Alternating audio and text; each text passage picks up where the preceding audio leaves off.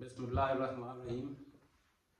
ये जो अभी पाकिस्तान और इंडिया की हालिया जंग हुई है, पाकिस्तान ने एक नई तारीख रकम कर दी है। पूरी दुनिया शुशदर, हैरान और परेशान है कि इन्होंने क्या कमाल कर दिया है।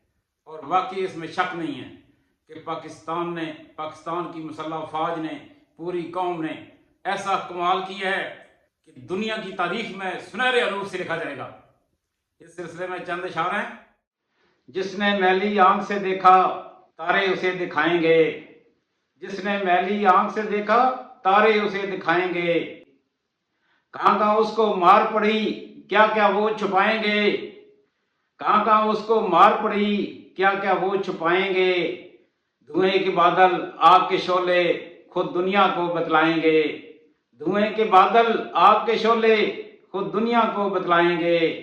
जिसने मैली आंख से देखा तारे उसे दिखाएंगे।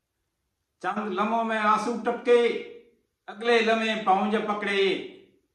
चंद लम्हों में आंसू टपके, अगले लम्हे पांव जब पकड़े।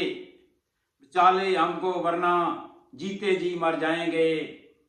जिसने मैली आंख से देखा तारे उसे दिखाएंगे।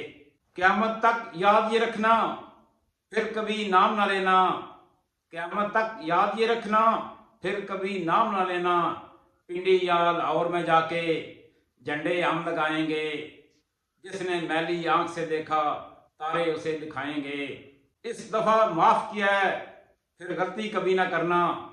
इस दफा माफ किया है, फिर गलती कभी ना करना।